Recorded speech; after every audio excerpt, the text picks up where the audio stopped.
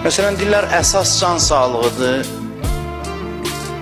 Can sağlığı mühümdür, amma əsas deyil. Biri deyir, əsas odur, pulun olsun. Pul lazımdır, amma mühüm deyil. Biri deyir, əsas odur, hörmətin olsun, hörmət lazımdır, amma mühüm deyil. Ən mühüm deyil. Ən mühüm məsələsi həyatın nədir? Bunun üzərində din təmərküzləşməni tələb edir, təklif edir. Bəli, bir mərhələdə ailədə problem ola bilər, bir mərhələdə dərs sənin üçün problem ola bilər, məsələn, oxuduğun bir yerdə problemin ola bilər. Amma həyatın əsas məsələsi nədir?